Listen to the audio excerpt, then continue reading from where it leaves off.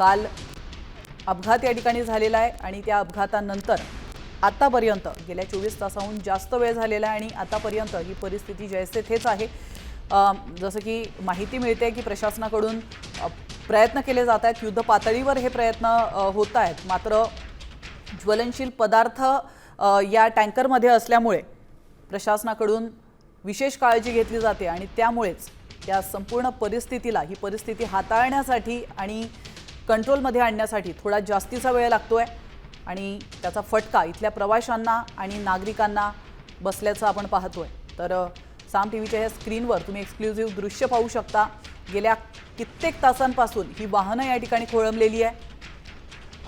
अगदीच महत्त्वाचं काम असेल तरच या मार्गावरून जा असं सकाळीच प्रशासनानं म्हटलं होतं आणि त्यानंतर अनेक वाहनं या ठिकाणी अडकल्याचं आपण पाहतोय। एक्सप्रेसवे जाम झालेला आहे, मात्र प्रशासन कुठे असा देखील प्रश्न विचारला जातोय, कारण जर हा अपघात घडलेला आहे आणि लोकांना कुठेतरी याची हानी होऊ शकते किंवा लोकांना याचा त्रास होऊ शकतो असं जर का प्रशासनाला माहीत होतं, त्याची कल्पना जर प्रशासनाला होती, तर मग एवढी सगळी वाहनं ही आधीच या ठिकाणी का सोडण्यात आली असा देखील प्रश्न आता उपस्थित केला जातोय। आहे त्याची झड पिंपरी चिंचवड शहराला देखील बसलेली आहे। आपण पाहू शकतो की पिंपरी चिंचवड शहरातील हा जो किवडेचा उडान पूल आहे, या ठिकाणी आपण पाहू शकतो की या ठिकाणी वाहनं थांबवण्यात आलेले आहेत। याच ठिकाणापासून अगदी काही अंतरावर मुंबई पुणे एक्सप्रेसवे सुरू होतो आणि एक्सप्रेसवेवर आडोशी बोगद्याजवळ एक गॅसचा टँकर पलटी झाला आहे आणि त्या ठिकाणी होणाऱ्या गॅस गळतीमुळे वाहतूक कोंडी झालेली आहे आणि वाहतूक कोंडीमुळे पिंपरी चिंचवड शहरामध्ये ज्या ठिकाणी एक्सप्रेसवे सुरू होतो त्या ठिकाणी वाहतूक थांबवण्यात आलेली आहे। माझ्या मागे आपण पाहू शकता की पाठीमागे शेकडो वाहनांच्या रांगा लागलेल्या आहेत आणि यामध्ये काही एसटी महामंडळाच्या बस देखील आहेत आणि या एसटी महामंडळाच्या बसमध्ये काही प्रवासी प्रवास करत आहेत, काही मुंबईच्या दिशेने जात आहेत, त्याचबरोबर काही माल वाहतूक करणारे ट्रक आणि वाहनं देखील आहेत। आपल्यासोबत काही प्रवासी आहेत, आपण त्यांच्याकडून जाणून घेऊया काय माहिती तुम्हाला देण्यात आलेली आहे, कधीपर्यंत हा मार्ग खुला होणार आहे आणि किती वेळापासून तुम्ही इथे थांबून आहात? मी या प्रभागाचा नगरसेवक आहे, धर्मपाल तंत्रपाडे।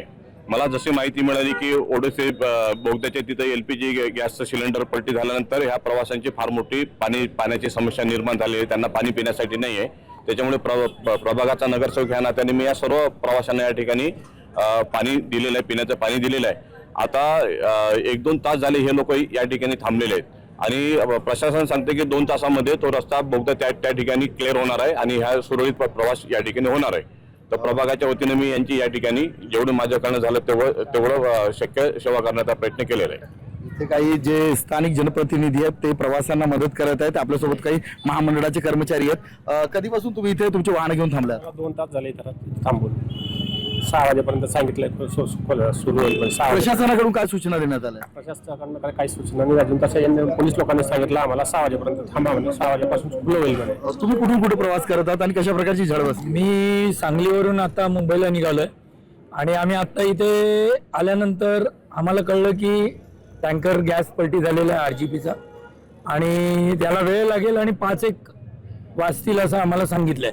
आम्ही 1 वाजल्यापासून इथे थांबलोय आणि 5 वाजेपर्यंत तुम्ही पाहू शकता अनेक टँकर आपले STची बसेस आणि प्रवासी इथे अडकून आहेत आणि इथे आम्हाला पाण्याची समस्या, आता आमच्या जवळचं पाणी संपलेलं आहे। इथे स्थानिक नगरसेवकांनी आम्हाला आत्ता पाणी दिलं, त्याचबरोबर आता स्त्रियांना किंवा बाकी लोकांना थोडंसं वॉशरूमला इकडे तिकडे जाण्याची समस्या आहे।